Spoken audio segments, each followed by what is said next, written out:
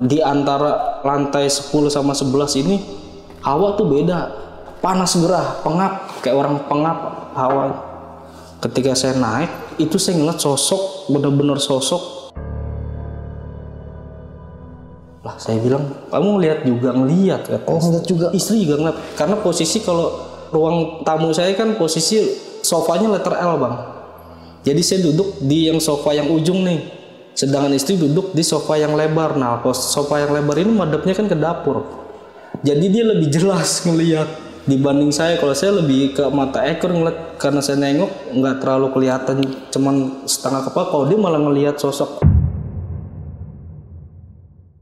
Assalamualaikum warahmatullahi wabarakatuh. Balik lagi sama gua, Badrul Caps Lock. Terima kasih buat teman-teman yang udah klik video ini. Semoga teman-teman di rumah selalu dalam keadaan sehat walafiat, dilapangkan rezekinya dan dimudahkan segala urusan-urusannya. Dan kali ini kita kedatangan lagi nih salah satu narasumber yang mau bercerita tentang kisah pengalaman horornya waktu tinggal di rusun yang berlantai-lantai itu sob, dan merinding. Oke, langsung kita kenalan siapa abang-abang di samping gue ini. Halo bang. Halo. Siapa namanya bang? Yudi bang. Bang Yudi. Gimana kabarnya bang Yudi? Alhamdulillah baik. Alhamdulillah baik bang Yudi ya. Bang Yudi makin fresh nih sekarang. Udah jam mandi pagi kali bang? Udah bang. Alhamdulillah. Dan by the way nih bang Yudi mau kisah pengalaman apa nih bang? Saya mau cerita pengalaman saya tinggal di rusun. Di rusun. Kalau boleh tahu berapa lantai itu bang? 16 lantai? 16 lantai. Luar biasa tinggi sekali sob. Dan kita terima kasih Bang Yudi ya udah nyempetin waktunya datang ke sini buat bagi kisah pengalamannya buat teman-teman di rumah. Tahan dulu Bang Yudi ya. Iya. Sebelum kita lanjut ceritanya, buat teman-teman yang belum subscribe, jangan lupa subscribe dan diaktifkan loncengnya. Buat teman-teman yang udah subscribe, kita banyak-banyak terima kasih. Oh ya nih, buat teman-teman yang punya kisah pengalaman horor, jangan disimpan aja, langsung aja kirim cetak nomor WhatsApp itu tuh. Kuy, kita gibah misi sini. Kata syahdu hari ini, tinggalkan pikiran yang membuat kalian lemah dan mulailah berpikir yang membuat kalian kuat. Keep positif. Langsung aja kita gibah misteri.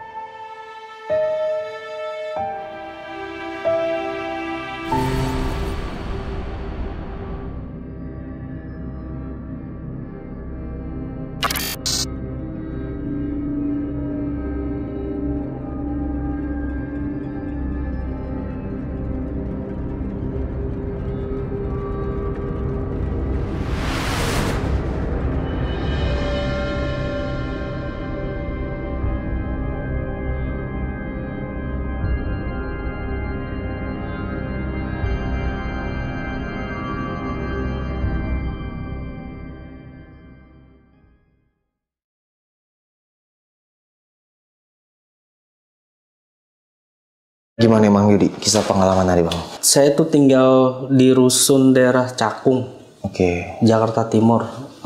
Lebih tepatnya di pinggiran kali lah Bang. Jadi nggak perlu terlalu diekspos lah. Rusunnya ini rusun baru, memang program pemerintah. Dari pemerintah DKI. Rusunnya ini 16 lantai. Tinggi banget ya. Saya masuk ke sana itu pertama kali di 2019 akhir, bulan Desember lebih tepatnya. Karena dapat pengajuan ke sana, akhirnya di ACC saya tempatin. Sistemnya karena pertama kali kan masih kosong. Jadi orang masih banyak pengajuan, akhirnya dari pengelola sistem pengocokan untuk mendapetin lantai sama unit. Kan itu 16 lantai Bang ya? Kalau boleh tahu berapa unit atau berapa kamar gitu Bang? 16 lantai itu total satu lantainya itu 16 unit. Berarti kali 16. Iya, dikali 16. Iya, kurang lebih sekisaran 250 lebih lah, 260 lebih, sekitar segitu. Nah, saya ketika pengocokan itu dapat di lantai 16 awal. Paling atas? Paling atas. Lantai 16 unit 03. Cuman ketika pas ngelihat posisi bentuk unitnya, karena kan memang semua sama bentuk unit karena masih kosong. Istri nggak mau. Akhirnya minta pengajuan ke pengelola untuk diturunin nih lantainya, karena ngerasa punya anak kecil 2 terlalu ketinggian. Akhirnya dipindahin ke 1302. 1302. Lantai berapa tuh? Lantai 13 unit 02. Ya awal-awal masuk ke sana sih saya ngeliat ya bentuknya itu kan kalau secara saya bisa gambarin, ketika kita keluar lift itu bentuknya kayak letter T. Jadi ke kanan ada lorong, ke kiri ada lorong. Nah, keluar lift saya ambil ke kiri, itu deretan unit saya 01, 02. Di dalamnya itu ada ruang tamu, kamar mandi di depan 1, dapur sama kamar tidur 2 plus balkon. Ya pertama saya masuk ke sana sih, ya saya ngeliat karena memang hawa kosong kali kayak Bang ya. Karena memang sekitaran di rusun itu kan masih kayak banyak pohon-pohon lebat lah. Belum terlalu padat daerah situ kan, karena saya baru pertama masuk ke sana. Saya ngeliat hawanya ya orang normal, kayak ngeliat hawa panas apa sih, biasa aja sih. Akhirnya saya bersihin segala macam, saya tinggalin nih, saya tempatin. Nah itu pas Bang Yudi pertama nempatin, itu penghuni lain masih kosong atau udah ada yang ngisi Bang? Udah ada ngisi tapi masih bolong-bolong Bang. Oh, kosong ada gitu kosong ada gitu. Jadi belum full satu lantai itu keisi belum. Terus di lantai atasnya pun sama, masih ada beberapa yang kosong juga. Jadi kalau bisa dibilang satu tower itu tuh 16 lantai ya belum full pertama kali saya isi itu. Saya tempatin berjalan seminggu 2 minggu ya nggak ada masalah sih. Dari situasi kondisi di rusun itu normal-normal aja. Mulai anehnya itu berjalan sebulan Bang Badru.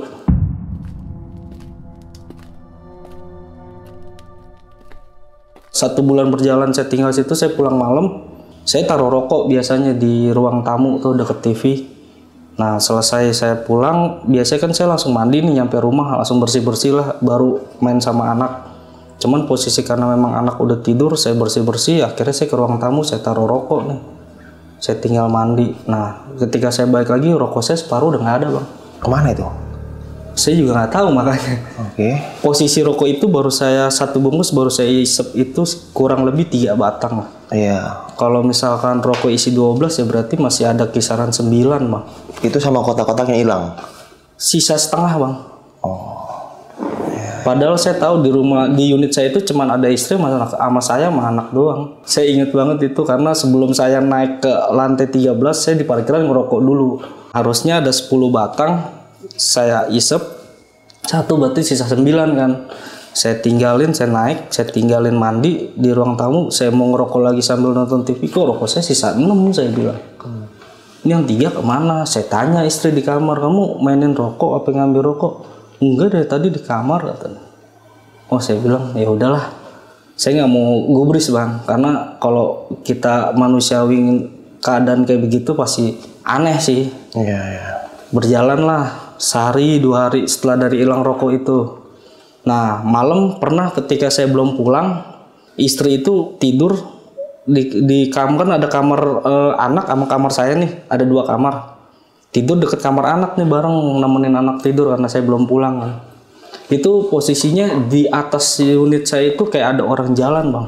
Kalau misalkan orang jalan di ubin itu kan seharusnya walaupun kita di atasnya ada unit lagi kan seharusnya nggak kedengeran Bang. Oke. Kalau pakai telanjang kaki ya, kalau kita jalan harusnya nggak kedengeran. Ini kayak duk jalan kayak orang disentak jalan.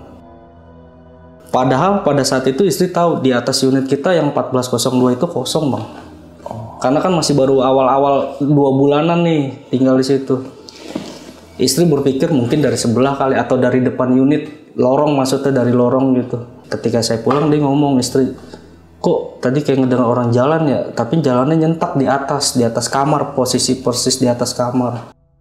Ya saya bilang sama istri nggak perlu digubris lah kalau ada suara hal-hal kecil kayak begitu, saya bilang, karena ya rusun itu pertama kali dibangun kan sebelumnya kan memang tanah hutan kecil Bang. Oh, tanah kecil. Kosong lah, bisa dibilang hutan kecil di pinggiran Jakarta. Perbatasan sama Bekasi.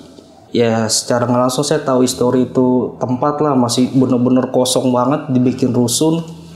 Ya pasti ada hal-hal aneh sih saya bilang. Cuman saya bilang sama istri nggak perlu digubris. Berjalan lah 3 minggu nih Bang dari kejadian ngedenger tapak kaki itu. Anak saya kan udah umur sekitar 7 tahun masuk ke situ yang besar. Nah yang nomor 2 itu umur 5 tahun. Jadi udah bisa ngobrol. Apa yang dia lihat, apa yang dia denger. Kalau malam tuh kadang kalau dia lagi mau ke kamar mandi, dia bangunin mamanya kan masih tidur, dia bangunin saya masih tidur. Akhirnya dia ke kamar mandi sendiri. Dia nggak denger suara kayak tembok dipukul. Buh kata dia. Namanya Hawa anak kecil, ketika mendengar suara gitu dia lari ke kamar, ya udah langsung tutup bantal. Dia cerita pagi, "Wah, semalam aku bangun mau ke kamar mandi, ngedenger suara kayak tembok dipukul," kata dia. "Ngedengernya dari posisi mana?" Mau saya tanya kan, "Dari dapur," kata dia. "Oh ya udah, mungkin dari sebelah kali," saya bilang.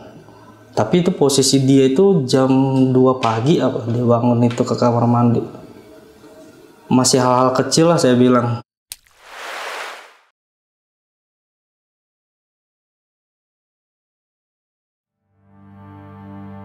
Pernah saya kejadian 3 bulan setelah saya tinggal di situ, keadaan masih baru-baru COVID, Bang. Oh, pandemi ya? Pandemi baru-baru COVID, jadi memang keadaan tuh sepi. Di jam-jam 12 malam ke atas tuh nggak ada orang yang keluar aktivitas, karena memang pada di rumah semua. Jadi saya pulang setengah 3 pagi itu, saya nggak bawa akses, saya ketinggalan karena lift itu kan pakai akses, Bang Badru.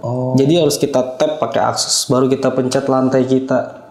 Dan aksesnya itu pribadi untuk lantai masing-masing penghuni aja, nggak bisa masuk sembarang lantai. Oke, dan satu orang tuh dapat akses, Bang? Satu penghuni dapat satu akses. Lah, kalau keluarganya ada 10? Enggak sih, Bang. Atau 5 gitu misalkan, atau 3? Paling dia bikin duplikat sih, Bang. Oh, bisa juga ya? Bisa sih kalau bikin. Cuman kalau untuk asli dari pengelola dikasihnya 1. Oke. Saya kebetulan lupa bawa, mau nggak mau saya naik tangga darurat, Bang. Kan kalau dari lobi itu ke lantai 13 lumayan, Bang. Naik tangga darurat. Olahraga itu. Keadaan sepi, lagi pandemi, baru-baru COVID.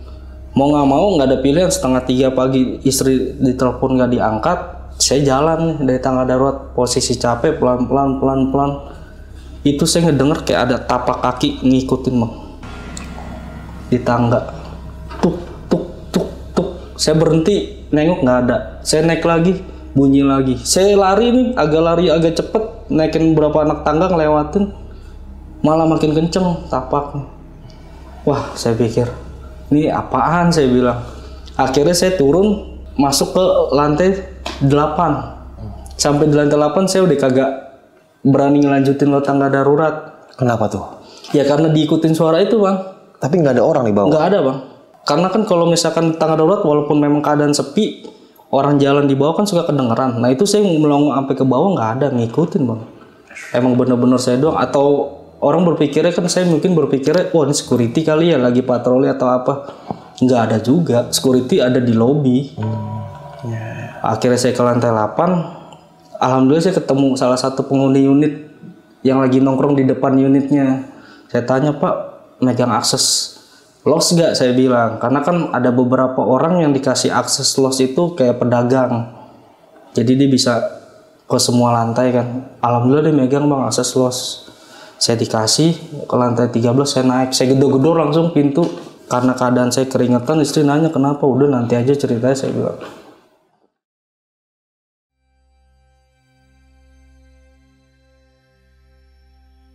Rusun tempat saya tinggal itu ya rusun semi apartemen bisa dibilang, Bang. Oh ya, yang terbaru. Jadi gitu ya. memang masing-masing penghuni dikasih akses lift. Di depan lobi itu ada security yang standby 24 jam. Sama ada security lagi di pos utama depan, masuk gerbang, mau masuk gerbang rusun.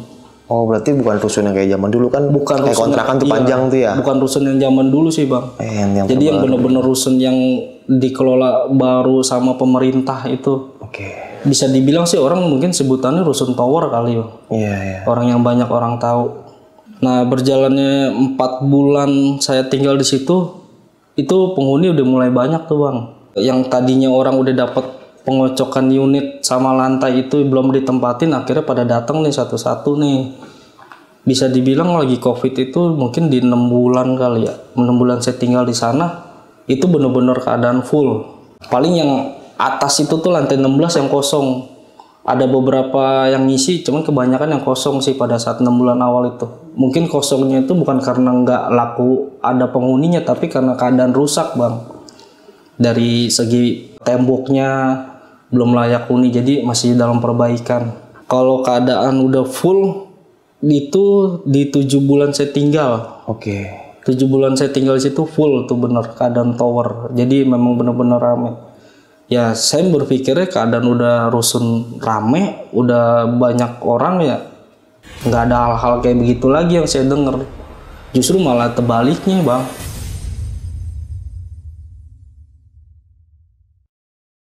Kebalikan dari yang pikiran saya, yang tadinya saya berpikir nggak ada hal-hal aneh, malah makin banyak bang saya ngerasain. Walaupun full. Walaupun keadaan full, malah kejadiannya lebih aneh dari sebelumnya. Jadi kalau di jam 10 malam itu saya, anak, sama istri kalau lagi ngumpul di ruang tamu nonton TV, kayak ada orang ngelempar kelereng bang ke lantai. Ngelempar kelereng kan, kalau kelereng dilempar ke lantai itu kan mantul tuh bunyi, langsung kayak jalan ngeleret begitu di lantai. Terus selang berapa menit bunyi lagi, makin banyak kelereng. Ya saya sampai ngomong ke istri, ini mungkin di atas kita yang udah ditempatin ada anak kecil gak? Ada sih kata istri. Cuman belum terlalu kenal kan, jadi cuman masuk di grup rusun aja istri kan. Akhirnya nge-share nih istri, itu di lantai atas, lantai 1402. Kalau bisa jangan pada main kelereng. Sama istri diceletukin bang di grup. Iya. Soalnya udah malam katanya. Nah si penghuninya ini dia nyaut bang di grup, anak saya udah tidur dari jam 6 sore, jadi nggak ada yang main kelereng di unit saya. Coba mungkin ibu tanya unit lain lah. Sedangkan kalau saya ngedenger itu posisi ruang tamu di atas saya kan tempat dia bang. Nah yang ditegur 1402 itu dia ngerasa anak dia itu udah tidur, dia bilang. Jadi nggak ada yang main kelereng dia bilang. Saya pikir hari itu doang saya denger. Besokannya itu istri lagi nyuci piring. Itu pintu kamar saya tuh harusnya kan kalau misalkan walaupun kita di lantai 13, kalau keadaan pintu ditutup harusnya kan nggak kena angin bang. Jadi pintu kamar ditutup, ada jendela pun posisi kalau udah malam itu kan ditutup. Itu pintu dari dalam kayak ada yang dorong digituin tuh pintu bunyi. Karena kan kalau pintu kamar cuma ditutup doang, dicekrek gitu doang, nggak dikunci kan pakai kuncinya. Jadi harusnya sih kalau berpikir kena angin sih nggak mungkin kayak gitu bang, karena kan nggak ada akses angin masuk. Iya, rapet ya. Pintu balkon saya tutup, jendela kamar ditutup rapet, nggak ada angin masuk, maksudnya yang bisa ngegoyangin tuh pintu. Nah itu istri sampai kabur ke kamar sebelah bangunin saya. Terus ya dia ngomong tuh pintu kayak ada yang dorong-dorong. Saya bilang, saya buka, nggak ada bang, nggak ada orang. Posisinya di kamar yang ada pintu bunyi itu tuh udah kosong, maksudnya dikosongin, nggak ada yang tidurin pada saat itu. Karena udah banyak kejadian kayak suara kaki, ngedenger suara kelereng. Jadi anak saya ini udah nggak berani tidur di kamarnya sendiri. Jadi tidur udah nyampur nih. Rame-rame. Iya, berempat. Posisi udah 7 bulan saya tinggal di situ tuh. Saya berpikir udah sama istri kamar yang satu dijadiin buat barang-barang tempat kayak lemari pakaian, terus nyimpen lemari mainan anak jadinya. Nah nggak dipakai buat tempat tidur. Akhirnya berjalan ketika saya tidur bareng sama anak juga sama istri di kamar itu, ya itu kejadiannya malah di kamar yang dikosongin ini kadang lemari juga ada kalau lemari plastik kan kalau didorong sama orang kan bunyi bang. Nah ini lemari bunyi kayak ada ngebuka tutup lemari mainan. Kalau saya udah posisi lagi berani sih saya paling nyeletuknya jangan iseng, saya bilang. Udah malam mau istirahat saya bilang. Kalau saya udah celetukin gitu udah nggak ada suara-suara lagi. Terus akhirnya adik ipar pernah ngechat istri, coba dong main ke unit, boleh gak kata dia. Mainnya akhirnya nih, cuman posisi saya kan kalau pas adik ipar datang saya lagi nyari nafkah lah di luar ya kan, lagi kerja. Iseng sore-sore bang, adik ipar videoin pakai kamera ke arah dapur.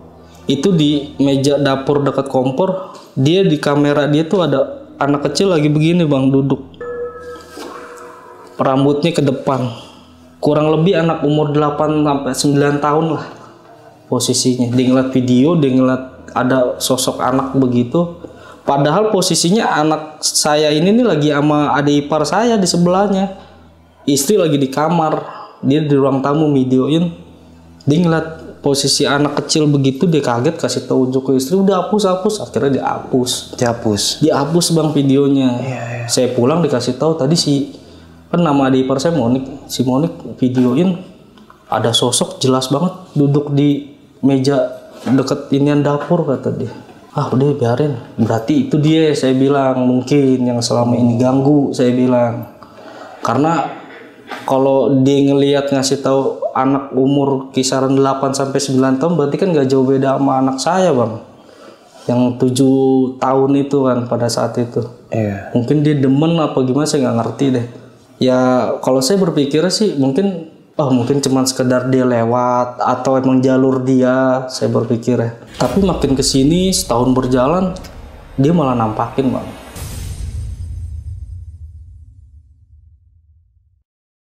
Waktu itu pernah saya lagi nonton TV bang. Malam itu saya lagi nonton TV sama istri, anak posisinya udah tidur sih. Lagi asik-asik nonton TV, kan kalau misalkan orang ada gerakan atau apa kan orang nyadar sih bang. Itu dia tuh kayak nampakin tuh cuman sosok setengah kepala dari dapur. Posisi dia nengok gitu ya, kalau kita ujung mata kan kadang suka langsung nengok, apaan itu? Saya tanya istri, itu apaan ya tadi, kayak ada ngintip, kata dia. Lah saya bilang, kamu lihat juga? Ngelihat kan? Ngeliat juga. Istri juga ngeliat, karena posisi kalau ruang tamu saya kan posisi sofanya letter L bang. Jadi saya duduk di yang sofa yang ujung nih, sedangkan istri duduk di sofa yang lebar. Nah sofa yang lebar ini madepnya kan ke dapur, jadi dia lebih jelas ngelihat dibanding saya. Kalau saya lebih ke mata ekor ngeliat, karena saya nengok nggak terlalu kelihatan, cuman setengah kepala. Kalau dia malah ngelihat sosok kepalanya. Posisi kalau memang saya bisa jelasin, dia nongol itu posisi tempat cucian piring bang. Nggak mungkin ada space orang buat ngumpet atau duduk, itu nggak bisa di situ. Tapi istri ngeliatnya jelas bang. Ngelihat bang. Apa yang dilihat bentuknya? Setengah kepala. Setengah kepala doang. Iya, rambutnya agak panjang. Dia ngelihat. Saya bilang, udah biarin, lanjutin aja, saya bilang, nggak usah dirawin, saya bilang. Udah itu, cuman karena namanya udah posisi malam, istri udah ayo tidur deh ke kamar ya. Akhirnya ke kamar bang.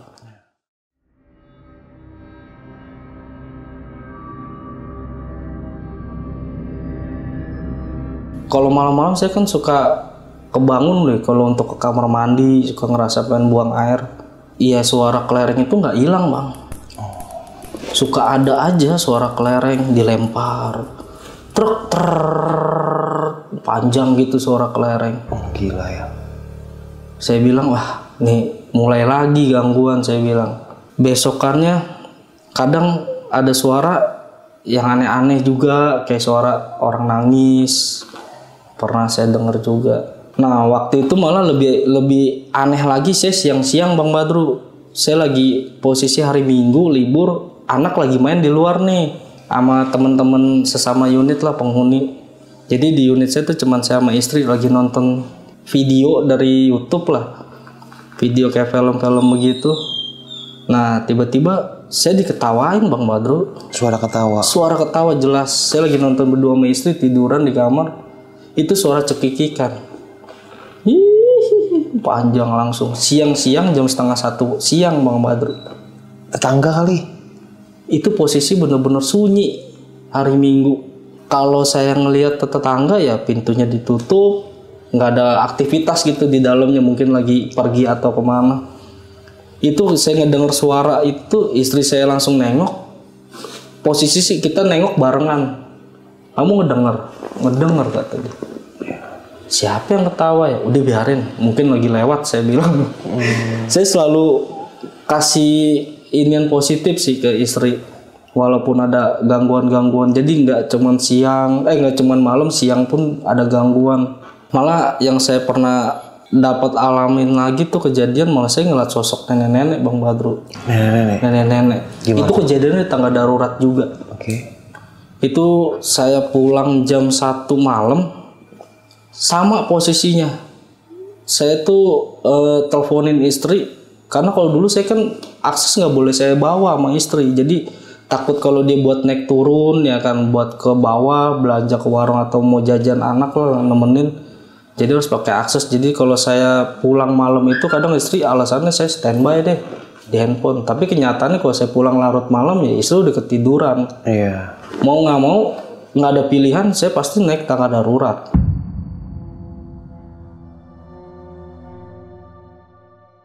Itu posisi saya lagi jalan, saya berpikirnya pengalaman sebelumnya kan ada yang ngikutin kayak tapak kaki. Ini nggak ada bang yang ngikutin aman-aman aja. Tapi malah di antara lantai 10 sama 11 ini hawa tuh beda. Jadi kalau tangga darurat kan kalau memang hawanya anget ya anget aja udah kita naik pun sampai dari lobi sampai lantai 10. Nah mau lantai ke 10 ke 11 itu hawanya panas banget bang. Panas gerah. Panas gerah, pengap kayak orang pengap hawa. Ketika saya naik itu saya ngeliat sosok, bener-bener sosok nenek-nenek ada di pojok tangga. Dia pakai kebaya zaman dulu, kebaya kemben gitu, kain coklat batik, rambutnya disanggul, warna putih semua. Cuman kulitnya ini kulit pucat lusuh. Madepnya untungnya dia ke tembok sih bang. Jadi nggak madep ke saya. Ya posisi jam 12:30 saya ngeliat kayak begitu, saya bingung nih nenek-nenek dari mana. Setahu saya sih di lantai 11 nggak ada penghuni yang nenek-nenek begitu. Paling ada yang umuran kayak 45-50-an, tapi nggak sampai yang lusuh kayak penghuni kayak yang saya lihat ini. Itu saya langsung kayak diem, berdiri diem, nggak bisa maju, nggak bisa mundur. Itu yang ada di pikiran saya cuma dua. Kalau saya lari ke bawah ke lobi itu jauh, kalau saya lari ke atas ini 2 lantai lagi, saya cuma ngelewatin dia doang. Saya baca-baca bismillah segala macem, kaki saya bisa gerak, saya lari bang Badru langsung ngelewatin dia. Lewatin? Saya lewatin dia langsung. Gila. Jadi saya naik tangga, ini pintu tangga darurat lantai 11, dia ada di pojok sini, saya posisi di sini pas di depan pintu. Saya ngelihat, mau nggak mau saya lari ngelewatin dia. Itu sekenceng-kencengnya saya lari sampai ke unit. Itu saya gedor tetangga saya sampai keluar bang Badru semua.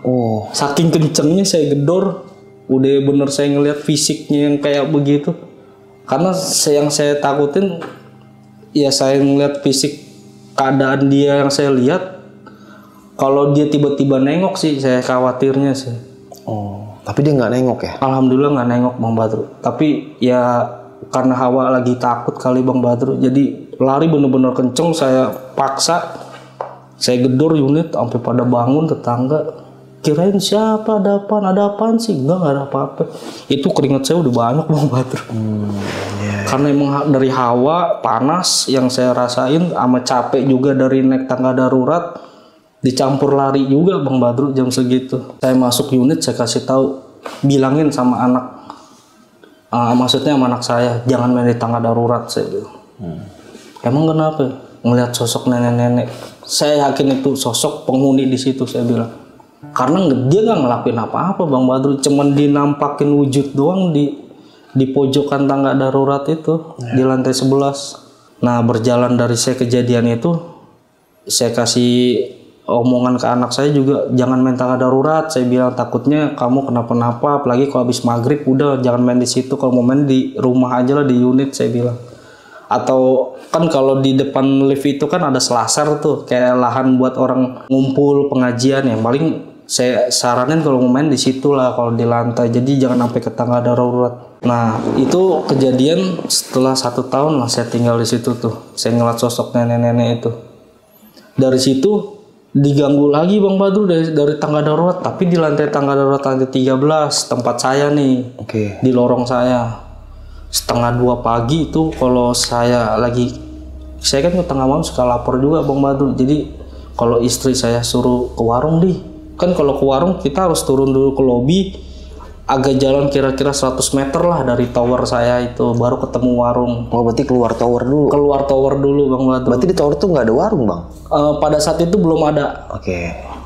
Nah itu di posisi istri saya suruh keluar nggak mau, ya mau nggak mau saya yang keluar ke warung, turun. Baru saya nyampe di depan lift, saya pencet nih lift nih bang Badru. Saya pencet lift, kan nungguin lift dari lantai bawah kan. Lift belum nyampe, saya ditegur bang Badru. Mau ngapain? Suaranya kayak menggema, rada berat tapi cewek, sosok suara itu kayak suara cewek.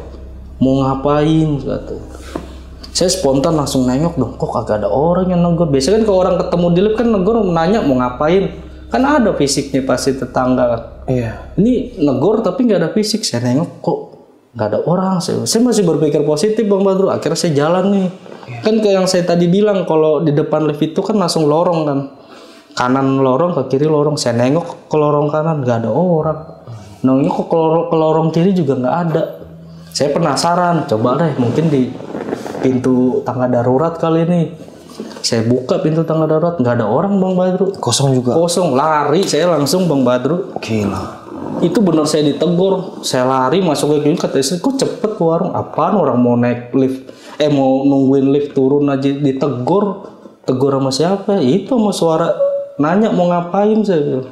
Kok bisa ditegur ya? Nggak tahu lah, mungkin sosok itu kali saya bilang. Udah karena selang waktu saya dari ngeliat tuh sosok nenek-nenek sama saya ditegur cuma 2 hari selang waktunya Bang Badru. Selisih 2 hari ya? Selisih 2 hari doang saya ditegurnya. Akhirnya bini ngomong ya udahlah berarti kalau kayak gini emang ini udah mulai banyak gangguan saya bilang. Nah istri akhirnya coba namanya kalau ibu-ibu di tower gitu kan sering ada malam Jumat suka ada pengajian, suka ngobrol-ngobrol segala macam. Dia cerita ke tetangga malam suami ditegur kata gini-gini sama sosok kata. Masa sih kata dia. Oh pantesan kadang kalau saya di unit kalau lagi malam nonton TV sendiri itu kadang suka ada orang lewat kata dia. Oh tetangga ngomong gitu? Tetangga ngomong gitu ke istri. Orang lewat. Iya kayak ada bayangan lewat benar-mandir aja gitu kayak posisi rame. Ya saya pikir mah orang penghuni unit doang. Ya nggak tahu deh mungkin kata istri kan. Ya udahlah.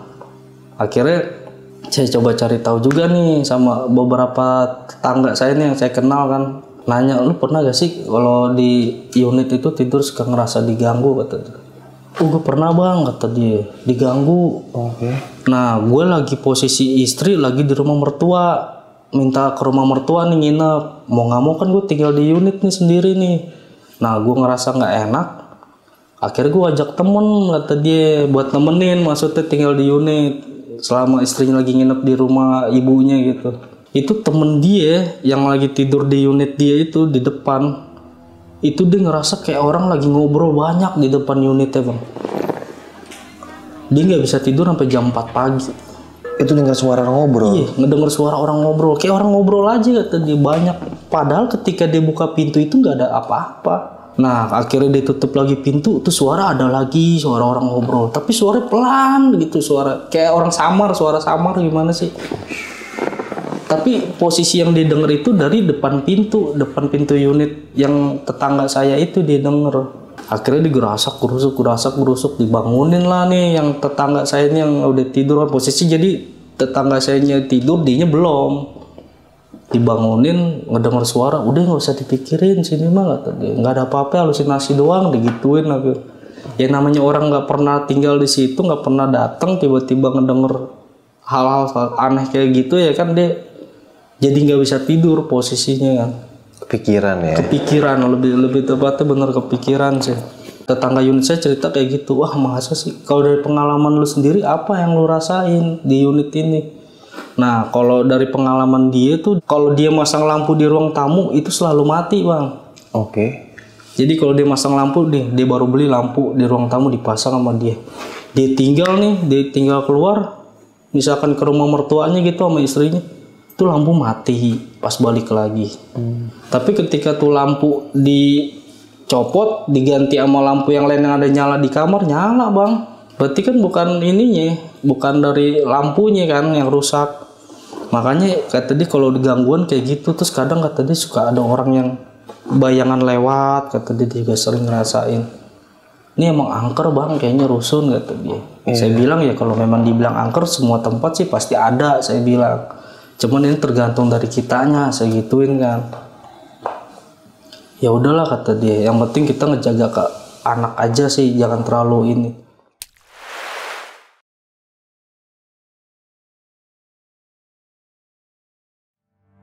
Nah berjalannya waktu setelah dari pertama awal saya tinggal sampai sekarang ini berarti total kurang lebih 3 tahun bang. Sampai ibaratnya kita udah mengabaikan, berjalannya 3 tahun nih sampai detik ini saya ngomong saya masih tinggal. Itu gangguan saya kira bakalan perlahan hilang, tapi malah lebih makin banyak lagi. Ini baru kejadian 1 bulan terakhir ini nih. Itu si sosok yang saya bilang anak kecil yang istri saya lihat, nah yang adik ipar saya lihat juga dari video, itu ngeganggu saya Bang Badru. Oke, gimana tuh? Jadi posisi istri lagi ikut pengajian siang sama anak saya yang kecil, yang nomor 2. Jadi di unit saya itu cuman saya sama anak saya yang besar, yang pertama. Anak saya yang pertama lagi tidur di ruang tamu Bang Badru. Posisi dia lagi tidur, saya nonton TV. Mungkin karena saya juga kecapean kali ya. Saya lagi posisi duduk begini di sofa madep TV itu. Lama-lama saya ketiduran. Ini saya nih kayak ada megang nih Bang Badru. Saya ngerasa ini saya digenggam begini nih. Sosok tangan. Itu saya nggak bisa nih, tangan saya begini tidur, udah namanya saya posisi tidur, saya ngelihat itu cuman saya ngelihat tangan doang. Di kanan kiri saya ada tangan. Apa bentuk tangannya bang? Hitam Bang Badru. Jadi kukunya itu agak panjang, tapi jarinya ini bukan jari kayak orang dewasa. Kayak jari agak kecil tapi warnanya hitam pekat. Ngegenggam ini saya nih. Jadi saya nggak bisa bangun, merinding saya nih.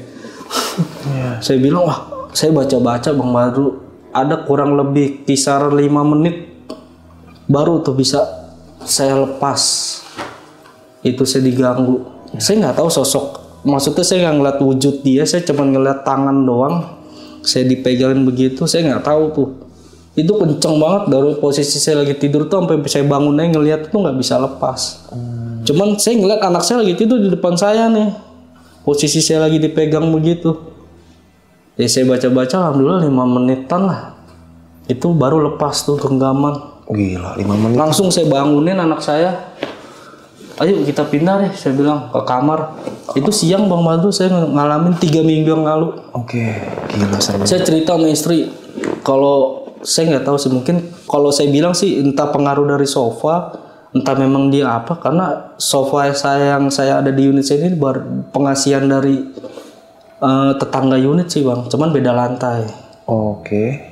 Jadi dia tuh alasannya mau ganti sofa daripada dibuang ya kan, dia pikir ngomong ke istri mau gak sofa nih, cuman namanya bekas kan kata dia. Padahal waktu selama saya 3 tahun itu kalau tidur siang itu nggak pernah namanya ngeganggu secara fisik. Nah ini ketika saya tidur di sofa itu tuh karena saya nggak tahu nyaman apa gimana kali ya, itu ada gangguannya tuh begitu. Bahkan anak saya yang kecil pun kalau malam mau tidurnya di sofa Bang Badru sekarang. Oke. Di sofa yang panjang itu. Kalau nggak tidur di sofa dia nggak bisa tidur anak saya. Nah berjalan sebulan terakhir ini nih, kamar saya ini udah nggak saya tempatin nih Bang Badru dua-duanya. Nah, tidur di mana? Tidur di ruang tamu sekarang saya pindah. Oh. Karena saya tidur ngerasa kalau tidur yang tadi saya bilang kalau saya tidur di kamar yang anak saya, ini ada gangguan dari kamar yang saya nih suaranya. Tapi ketika saya pindah tidur di kamar yang tempat saya tidur, dari kamar anaknya ada gangguan juga suara. Jadi saya mutusin hawanya juga udah beda tuh Bang Badru. Kalau posisi malam di lantai 13 kita buka jendela, harusnya kan angin kan masuk. Secara logika angin masuk. Posisi malam, angin malam kan mungkin agak enak, agak dingin kan, adem. Nih enggak Bang Badru, tetep panas hawanya. Padahal kalau dibilang dipakai beribadah tempat sholat, pakai sholat sama saya. Anak pun kadang juga ikut sholat, itu tempat dipakai. Tapi hawanya panas aja. Hawanya panas Bang Badru. Akhirnya saya mutusin sama istri, ya udahlah kayaknya ngelihat si Ade nih, maksudnya anak saya yang bontot, demen tidur di sofa. Yaudah kita tidur di ruang tamu. Ini udah sebulan saya berjalan tidur di ruang tamu Bang Badru nih. Di ruang tamu. Di ruang tamu. Jadi kalau malam nih habis maghrib taruh kayak apa sih, semacam karpet tebel lah itu sama kasur, baru taruh di ruang tamu tidur. Terus kamar kosong? Kamar udah kosong, saya biarin kosong kalau malam. Karena semenjak saya tidur sebulan terakhir ini, saya tidur di ruang tamu, saya udah nggak dengar suara kelereng nih. Udah nggak ada suara kelereng. Yang tadinya saya tidur di kamar ada suara kelereng dari atas kamar. Saya tidur di kamar anak saya pun sama, dengar suara kelereng dari atas.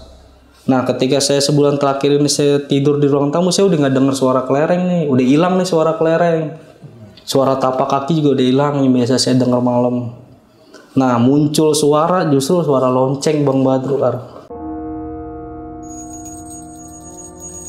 Kalau lonceng gelang kaki atau gelang tangan gitu, kalau kita bergerak jalan-jalan gitu gimana sih? Oke.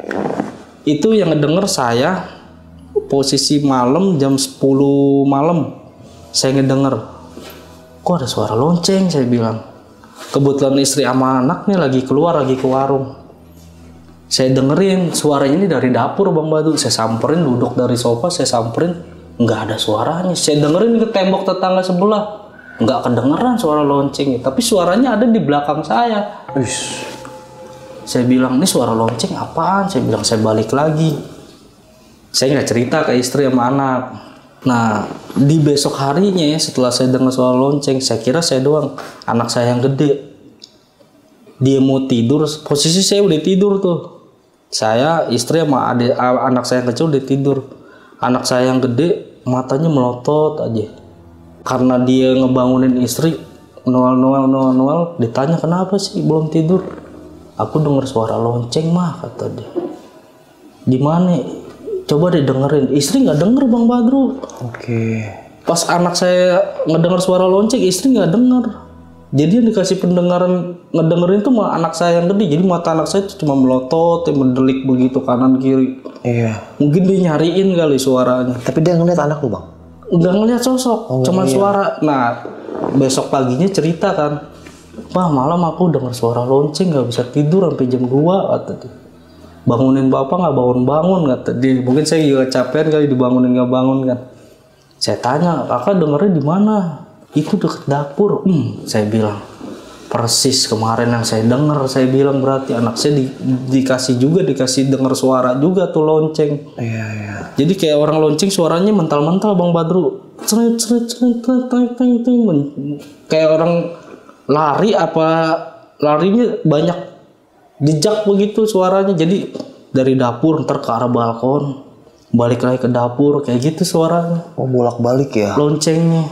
Iya. Saya bilang, kata istri, lah kok malah gangguannya jadi lebih banyak. Saya bilang tadinya kan suara-suara yang sering kita denger kayak kelereng, suara tapak kaki nggak pernah kedengeran lagi, ini malah lonceng. Nah di kemarin 2 minggu terakhir setelah kejadian suara lonceng, saya sempat ngeliat sekelebatan cewek. Oke. Dari arah balkon masuk ke dalam dapur, tembus. Bayangan sekelibatan Bayangan hitam Bang, sekelebatan hitam. Karena posisi aktivitas saya jadi udah keseringan di ruang tamu aja Bang sekarang. Yang saya bilang karena saya dengar suara banyak gangguan di kamar, akhirnya saya mutusin buat tidur di ruang tamu.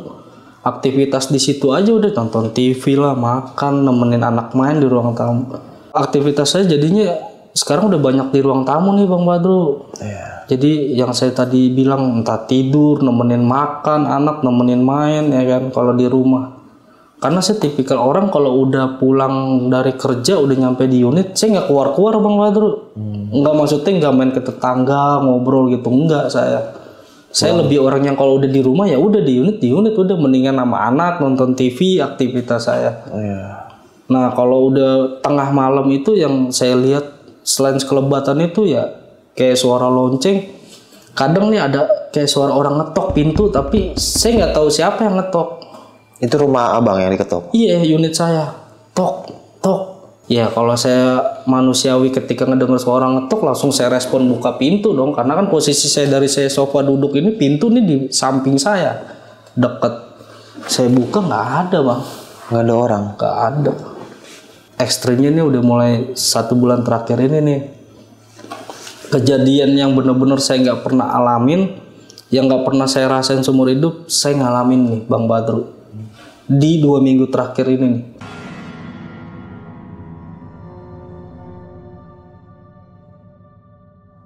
Posisi saya ketiduran di sofa itu tengah malam, posisi lagi tidur, saya ngelihat itu kayak raga saya tuh kayak keluar. Saya ngeliat saya posisi tidur Bang Badru. Saya juga nggak ngerti deh itu namanya apa. Itu kurang lebih sekitar setengah menit saya ngerasain. Itu setelah ngerasain itu saya nyentak bangun, itu kaget. Itu saya udah kayak orang bengong aja. Apa yang saya ngerasain tadi? Kok saya bisa ngeliat saya tidur sendiri? Saya nggak tahu tuh namanya apa tuh. Kalau orang yang saya cari-cari tahu sih, setelah saya kejadian itu kalau nggak salah kayak raga-raga sukma. Iya, raga sukma. Itu saya belum pernah ngalamin itu Bang Badru seumur hidup. Dan itu baru ngerasain? Itu baru ngerasain saya. Iya. Setengah menit kurang lebih. Karena sebelum saya tidur itu benar-benar kayak udah pules. Hawanya tuh kayak udah orang yang benar-benar capek secapek-capeknya. Iya. Jadi kayak udah ngelepas badan aja udah. Itu saya baru ngerasain itu. Saya cerita ke istri, lah nggak ngerti deh kata dia. Itu kalau kejadian-kejadian kayak gitu kata dia. Oke, mungkin teman-teman di rumah ada yang tahu nih, langsung komen aja di bawah ya. Oke.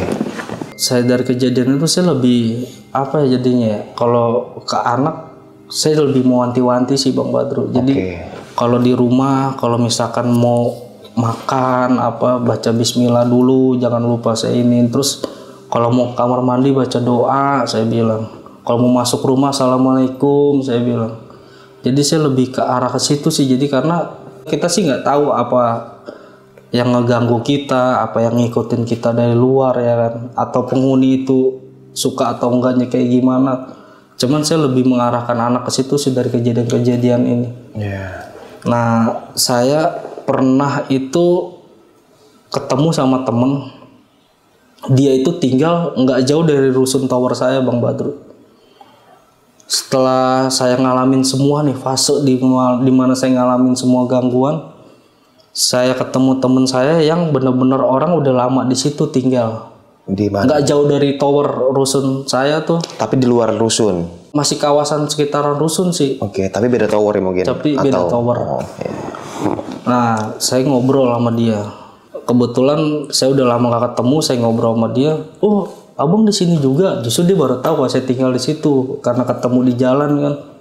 Ngobrol-ngobrol segala macam. Bang, itu rusun ente mah serem bang kata dia. Dia ngasih tahu kenapa enggak? Soalnya pernah ada kejadian dulu kata dia waktu pembangunan itu rusun. Pernah ada kuli proyek pembangunan itu 2 meninggal. 1 dari lantai 13 jatuh ke lantai 8 ketusuk meninggal di tempat. Nah 1 lagi dari lantai 16 jatuh itu turun ke lantai dasar. Dari atas jatuh? Iya. Ya salah. Kata dia nih waktu pembangunan ini rusun tower nih. Saya bilang oh itu kejadiannya kapan? Itu waktu pembukaan, waktu pembangunan kata dia. Karena kan dia tahu dari itu bangunan kosong lagi dibentuk lagi dibangun, dia tahu itu teman saya itu. Saya pikir itu cuma sebuah cerita dari yang dia tahu doang lah saya bilang. Nah saya coba ngomong ke istri, coba deh kalau ada tetangga atau apa kamu cari tahu coba, maksudnya di luar-luar dari yang kita alamin ini tetangga-tetangga banyak gak sih ngalamin juga kejadian, saya bilang. Iya. Nah akhirnya di antara teman pengajian istri ini nih ada salah satu orang yang punya indera keenam Bang Badru. Oke. Nah istri saya akhirnya ngobrol nih sama tetangga unit yang punya indera keenam namanya Ibu Nita. Istri dikasih tahu, Mbak kalau di sini tuh sebenarnya penghuninya sih sebenarnya banyak yang iseng kata dia. Kenapa saya bisa tahu? Karena saya punya kelebihan, bisa ngelihat Mbak, kata dia. Dia langsung ngomong ke istri, cuman kata dia, Mbak jangan takut, kata dia. Kalau mau lebih takut mah harusnya saya, kata dia. Karena saya banyak ngelihat di sini, kata dia. Nah, kata dia itu, kalau saya bisa cerita nih, saya kasih tahu ke Mbak sedikit yang saya alamin di unit saya. Dia itu punya anak bayi, Bang. Oke, si Mbak Nita ini? Tahun. Iya, si Mbak Nita ini punya anak bayi di bawah 1 tahun lah umurnya. Saya kurang tahu lebih tepat umur anaknya. Di bawah 1 tahun. Itu ketika baru dia mau mandiin pagi, kan kalau aktivitas ibu-ibu mandiin anak apa segala macam. Itu di belakang dia lagi mandiin itu udah ada yang nungguin, Bang. Entah itu sosok kayak pocong lah, kayak cewek nyerupain kayak bentukan kuntilanak, itu di unit dia ada semua nungguin. Entah dia mau aktivitas, dia ngebuka komunikasi apa gimana sama si Mbak Nita ini, ya cuman dianya tuh cuman bahasanya udah sono gue nggak bakal mau komunikasi sama lu gitu. Cuman begitu doang kata dia. Terus tengah malam kata dia ada yang ngetok unit dia. Dibuka sama dia nih, sosoknya tuh sosok bentukan putih, ya nggak ngasih tahu mukanya, udah diem di depan unit ya, sama dia tutup lagi pintunya. Gila ya, capek banget ya. Itu yang dia ngerasain, makanya dia itu kadang kata dia, saya tuh kalau misalkan menutup komunikasi lah, nggak mau ngebuka komunikasi sama makhluk-makhluk kayak gitu yang ada di sini kata dia, karena kalau saya buka komunikasi mungkin banyak yang datang ke unit saya kata dia. Oh gitu ya. Jadi kalau misalkan kata dia tuh sering bolak-balik ke unit, kayak nyari perhatian bang, bisa dibilang makhluk-makhluk kayak begitu tuh ke orang yang punya kelebihan bisa ngelihat. Dia mungkin mau apa yang mau disampaikan ada, cuman dia nggak mau buka komunikasi, jadi cuman mundar-mandir lewat unit dia kata dia. Kadang kalau misalkan dia lagi iseng nggak sengaja, ya namanya orang udah nutup komunikasi, punya kelebihan kadang suka kaget juga. Dia lagi di kamar, tau ada yang tidur kata dia. Di kamar dia ada yang tidur. Ada yang tidur kata dia. Gila sih. Dia cerita ke istri kayak gitu. Malah pernah kejadian kata dia, ini rada aneh kata dia. Kan biasanya ini kalau didatengin sama sosok-sosok si Mbak Nita ini, kalau didatengin sama sosok-sosok kan menyerupai kayak pocong, kuntilanak. Ini Mbak Nita didatengin sama sosok yang kayak kuli proyek, ngetok-ngetok unit dia. Awalnya itu setelah pengajian, kan biasanya orang kalau ibu-ibu habis pengajian kan beres-beres apa segala macam udah balik ke unit masing-masing. Nah ini ngobrol sampai tengah malam Bang Badru, ngegosip lah, ngobrol segala macam. Oh iya, heboh pasti Rumpi itu. Nah akhirnya si Mbak Nita, mungkin si sosok ini nih tahu nih gimana caranya mau nyampein nih orang supaya nggak berisik gitu kan. Unit dia didatengin, diketok Bang Badru. Itu sosoknya orang pakai baju proyek, pakai topi proyeknya, helm proyek, muka pucat, masih perlengkapan lengkap kata dia. Ngetok ke unit dia tengah malam jam setengah 12, ngetok ke unit dia. Dia nyampein cuma satu kalimat Bang Badru. Apa tuh? Tolong bilangin jangan berisik. Nah dia kan kagak ngerti kan maksudnya jangan berisik apa gitu. Ya ketika dia lagi ngobrol nanya begitu, ya itu sosok udah pergi aja Bang Badru. Nah dia ngedenger ternyata di Selasar ini banyak orang ngobrol, akhirnya disamperin ke Selasar.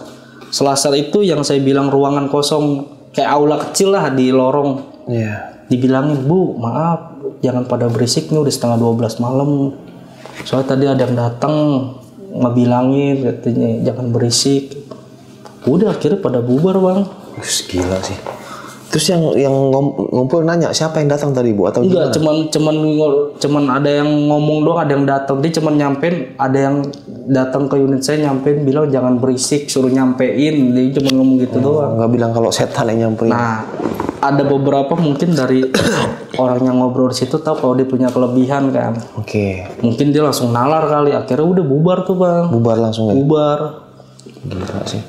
Disampein kayak gitu. Nah itu pengalaman si Mbak Nita tuh kayak gitu kata dia. Makanya sebenarnya kalau kata dia, kalau pernah gak kalau kamu di unit itu tengah malam ngerasain kayak orang banyak seliweran gitu lewat kata dia. Nah itu dia kata dia. Itu yang juga saya alamin di depan unit saya kata dia. Jadi apa yang saya rasain ya sama tetangga itu iya bener. Dan apa yang dirasain sama temen tetangga unit saya waktu nginep, istrinya lagi nginep di rumah orang tuanya, dia bilang kayak ada orang banyak ngobrol lewat. Ya itu dia ngerasain juga ya. Karena bener-bener sama di lantai 13 Bang. Nah si Mbak Nita ini orang lantai 13 juga, cuman beda unit sama saya. Yang tetangga saya yang temennya nginep pun orang lantai 13 juga. Jadi yang saya ajak ngobrol tetangga unit itu saya tanya ya cuman sekedar lantai saya doang. Saya sih nggak lebih nanya lagi ke lantai-lantai yang lain sih. Yang di bawah-bawah. Yang di bawah-bawah. Saya nggak terlalu, karena kan saya orang tadi saya bilang saya nggak terlalu kalau udah nyampe unit ya udah cuman sekedar di unit nggak ngobrol. Paling ketemu di lift nanya. Saya hello lah ya. Iya saya hello doang lah paling. Iya. Kemarin nih baru 2 hari yang lalu istri dapat omongan dari tetangga ketemu di lift. Pak, kamu tahu gak kabarnya? Kabar apa? Kemarin ada cleaning service nak ditegur sama nenek-nenek di lantai 16 nangis. Oh, ditegur. Iya, jadi dia lagi ngepel pagi bang. Kan kalau cleaning service di rusun itu kan dia jam kerjanya cuman pagi. Aktivitasnya gitu, bukannya malam. Dia lagi ngepel, itu dicolek badannya, ditoal nih. Dia nengok, nangis bang, langsung nangis kayak orang kesurupan. Saya sih nggak nanya ke istri ya, maksudnya dia itu nangisnya itu karena memang kesurupan apa karena ngelihat sosok. Cuman yang pasti dia dapat omongan dari itu tetangga unit ya kayak begitu. Cleaning service tuh ngelihat sosok towel, tegur, nangis totonya pokoknya kejer. Cewek cleaning service. Saya bilang wah berarti ya mungkin di lantai-lantai yang lain juga mungkin ada juga kali gangguan-gangguan. Cuman saya nggak terlalu banyak nyari tahu. Kayak security pun kadang ada saya dapat kabar ya ketika dia patroli ngedenger suara apa tuh? Kayak suara orang manggil, suara orang jalan gitu. Cuman ya itu kalau saya sih nggak terlalu ngobrol banyak atau nyari tahu lah ke orang-orang lain, ya paling saya cuman tetangga unitan doang. Itu aja sih paling Bang Badul yang saya alami. Oke. Nah nih Bang Yudi, kalau sekarang nih sampai Bang Yudi duduk di sini itu lantai 16 udah keisi Bang? Sekarang udah keisi. Udah keisi? Udah full. Udah full ya? Full. Semuanya atas ke bawah? Iya. Oh, nah nih Bang, kan kalau gue pribadi emang nggak terlalu tahu ya tentang rusun itu ya, maksudnya sistemnya seperti apa sih gitu. Nah dari awal rusun tuh gimana sih Bang? Maksudnya kita daftarnya ke pemerintah atau per orang gitu pada waktu daftar? Kalau waktu saya pertama kali itu kan saya pengajuan Bang Badru, jadi ngambil formulir. Pertama kali rusun itu kan di lantai bawahnya ada pengelola lah. Jadi dari pemerintahan yang memang ditempatin kantor pengelolanya di situ. Jadi saya ngambil formulir pengajuan itu nanti ada syarat-syaratnya juga kayak fotokopi KTP, KK segala macem, sampai surat keterangan bebas narkoba pun harus ada. Ada juga? Harus ada, wajib. Jadi kita harus memang datang ke BNN, harus dapat surat selain SKCK ya dari kepolisian, harus ada surat keterangan bebas narkoba. Ketika semua berkas sudah lengkap dikasih ke pengelola, nanti dari pengelola tuh menilai itu layak apa enggak nih. Salah satu syaratnya tuh nggak boleh punya kendaraan roda 4 Bang Badru. Mobil ya? Mobil itu nggak boleh. Sama belum punya rumah, yang belum punya rumah. Maksudnya belum punya rumah milik pribadi itu salah satu juga syarat. Nah itu kalau orang tinggal di rumah rusun itu bayarnya per bulan atau kita beli secara kredit atau gimana sih? Secara hitungan perjanjian kontrak itu kan 1 tahun. Jadi surat perjanjiannya ada 1 tahun itu sistemnya sewa sih Bang Badru. Bayarnya per tahun atau per bulan? Per bulan. Oh per bulan. Kalau saya itu kena biaya 765 per bulan tuh ya. Itu listrik belum? Belum. Cuman biaya sewanya. Kalau IPL itu berapa Bang biasanya? Apa tuh? Iuran per bulan misalnya security atau itu apa? Udah nggak ada. Maksudnya nggak ada iuran ke situ. Paling cuman biaya sewa, terus listrik ya token, sama biaya air paling. Oh air ya, air pump pasti. Air pump. Nah kan tinggal di apartemen atau rumah susun juga kan tingkat tinggi lah ya, towernya tinggi di atas 3 lantai itu udah tinggi lah termasuk. Keluh kesannya gimana sih Bang? Maksudnya jauh dari warung kah? Atau capek lah turun tanggamu atau apalah? Mungkin kalau baru-baru awal tinggal di situ ya itu sih ngerasain jauh dari warung salah satunya. Tapi sekarang udah solusinya udah ada sih. Jadi ada beberapa penghuni yang memang buka warung di unitnya. Buat menanggulangi masalah hal kayak gitu sih yang jauh dari warung itu. Jadi untuk yang sekarang, posisi sekarang ya Bang Badu, di lantai 8 ada warung, di lantai 2 ada warung. Jadi kalau mau ke warung tinggal naik turun. Paling keluh kesannya itu ngerasain kalau saya pribadi ya di lantai 13. Kalau lagi keadaan hujan petir sih. Kenapa tuh? Itu bener-bener berasa kenceng banget. Suara cetar gitu ya? Sama waktu lagi ada gempa, kan pernah kejadian gempa tuh. Yang di Sukabumi yang 7, berapa Richter gitu. Itu saya berasa posisi lagi tidur itu gedung tower 16 tuh kayak digoyang-goyang begitu tuh. Berasa ya? Itu paniknya sepanik-paniknya orang. Kayak orang ngerasa tuh gedung reot bisa dibilang. Padahal bangunannya kokoh. Tapi ketika lagi ngerasa gempa gitu, saya ambil anak 2, saya bangunin istri posisi lagi di kamar, saya ajak keluar lewat tangga darurat. Itu memang digoyang-goyang begitu tuh, paling itu sih yang benar-benar udah saya rasain itu 2 kali gempa yang Sukabumi yang paling gede. Nah ada satu gempa di Banten juga berasa itu. Berasa juga ya. Berasa juga.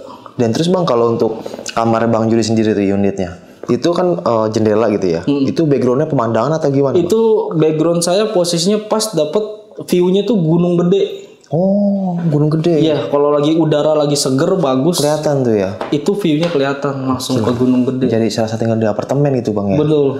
Iya, emang apartemen juga sih. Emang bisa jatuhnya tinggi dibilang sih gitu kan. rusun semi apartemen sih. Apartemen ya, karena udah model terbaru gitu. Iya, era-era sekarang ini nih pemerintahan bikin tuh banyak kayak begitu. Semi apartemen. Semi ya. apartemen. Kalau kita orang awam yang ngeliat mah, wah itu apartemen. Iya. Karena bangunannya sama. Bangunannya gitu. sama. Saya lihat di Jakarta, itu bukan apartemen, itu ini rumah rusun.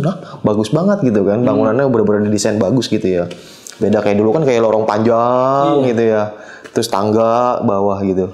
Nah terus Bang Jody nih, kalau untuk masalah keamanan tersendiri tuh Bang, kalau di situ aman Bang, tinggal di rumah rusun? Kalau untuk keamanan sih ya karena ada security sih yang jaga 24 jam sih aman. Aman sih, lah ya. Aman. Terus untuk parkir motor bayar lagi Bang atau gimana? Untuk parkir free juga sih. Oh free juga? Free. Oh nggak ada bayar per bulan gitu kan? Nggak ada. Paling ya kena biaya yang tadi itu saya bilang sih cuman biaya sewa, listrik token sendiri sama air.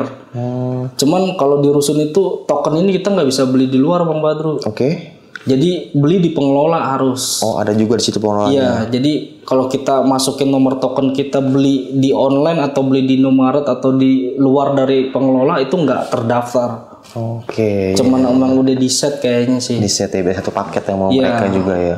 Terus kalau untuk motor tuh Bang ada yang jagain atau ya gitu aja los? Ya kalau dibilang ya di los aja sih paling cuma security kontrol doang sih. Oh nggak ada sign parking lah bahasanya. Nggak ada. Kalau kayak apartemen kan ada cuma parkirnya gitu, nggak ada ya? Nggak ada. Dan untuk penghuni sendiri Bang, di apartemen itu berisik gak sih Bang? Kalau untuk berisik ya paling kalau lagi pada nangis kayaknya sih anak-anak kecil ya. Mungkin masih kedengar suara sih kalau siang. Karena di depan unit saya sih kebetulan anak kecil juga umur 7 tahun ya kalau lagi nangis ngerengek sama emaknya sih kedengeran juga sih. Iya. Tapi kalau kayak orang yang aktivitas yang setiap hari berisik setiap saat sih enggak sih. Enggak ya. Oke, enggak kayak yang depan rumah saya kan kayak ada kontrakan banyak tuh. Ya rame banget dah. Oh enggak sih. Enggak ya. Begitu. Karena kan dia semi apartemen ya. Masing-masing pribadi ya. Bener-bener. Nah nih Bang Yudi, setelah kisah pengalaman yang Bang Yudi alami gitu kan, punya pesan gak Bang buat teman-teman di rumah nih? Mungkin sama nih yang Bang Yudi alamin juga gitu kan. Ya kalau saya sih cuman ngasih pesan ya secara manusiawi kita sih wajar lah kita ngerasa takut atau ngerasa cemas lah kalau karena ada gangguan-gangguan segala hal yang udah saya rasain. Tapi ya kita balik lagi, kita punya Allah Subhanahu Wa Taala. Ya kita harus percaya kita bisa apa kita baca yang kita bisa lah. Baca-baca doa, minta perlindungan. Karena gini Bang, kita udah bayar mahal-mahal biaya sewa, dia yang gratisan kok kita kalah sama yang gratisan. Bener Bang Badru. Iya kita yang bayar nih kok dia yang rusuh gitu. Emang tugas mereka kan buat menggoda manusia Bang. Buat menggoda, mengganggu. Dan jadi kuatkanlah iman dan Islam kita. Oke, mungkin sekian ya kisah pengalaman horor yang dialami sama Bang Yudi ini. Bisa kita ambil segi positifnya, buang jauh-jauh negatifnya. Ya, dimanapun berada, ya mungkin para sosok atau makhluk seperti itu memang ada lah di sekitar kita gitu. Karena memang mereka ditugaskan untuk menggoda manusia. Dan sering di rumah-rumah gitu kan kita diganggu. Kita udah beli rumah mahal-mahal, udah sewa biaya bulanan atau kita yang masih kontrak nih, masa kalah sama yang gratisan. Kan mereka nggak bayar kontrakan, kita yang bayar, masa kita yang kalah. Jadi dengan kita berdoa, sering haji di rumah, sering sholat atau sering sholawatan setiap hari gitu kan, biar suasana rumah adem, tentram gitu, dan mereka juga nggak terlalu betah tinggal di tempat kita. Dan ya tetaplah kita hati-hati juga kalau nyebrang di jalan, nggak nyambung, bercanda. Oke, sampai jumpa di selanjutnya. Wassalamualaikum warahmatullahi wabarakatuh. Bang, makasih banyak Bang Yudi ya. Thank you. Dadah.